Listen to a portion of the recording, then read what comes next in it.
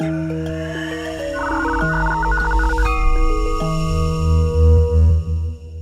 here with genConnect.com, chatting today with Kirby Dick, the director of The Invisible War. How are you? I'm good. Why did you feel that this story had to be told? Well, this is the film is about the epidemic of rape in the U.S. military. According to the Department of Defense, 26,000 men and women were sexually assaulted in the U.S. military last year. And this is something up until very recently, very few people in the public really knew about. And so when we came across this story, we realized how covered up it had been, and we realized we really had to make a film about it just to get the story out and really to start provoking change. Why was this story so invisible?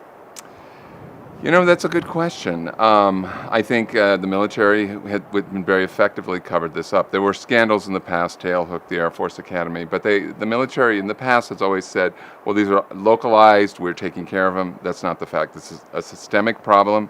It's happening overseas. It's happening on bases, all across bases in the United States. It's happening, actually, in absolute numbers, more men than women are sexually assaulted. Really? Yes. So this is something that, like any powerful institution, it's a real stain on the military, and rather than dealing with it, they chose to cover it up. So what is your prescription for finally dealing with this issue? Well, first it's to getting out and starting talking about it. And the military finally, and I think the film itself can take a fair amount of credit for that, is finally beginning to talk about this. The military is actually using the film as part of their sexual assault training programs. So in that regard, they're good. It's good. They're really trying to educate people. What they're not doing is they're not focusing on the prosecutorial side of this, because most of these assaults, most men in the military are not rapists.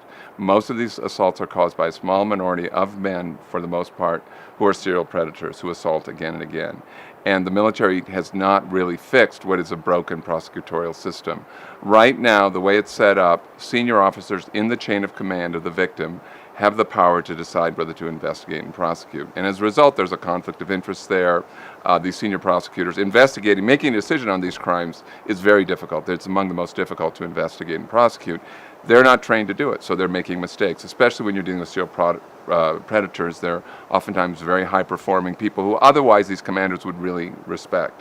What we're saying, and what really has to be done, is it has to be taken outside of the chain of command, where military prosecutors who are trained are making these decisions. And right now there's a bill in Congress. Senator Gillibrand has put this forward.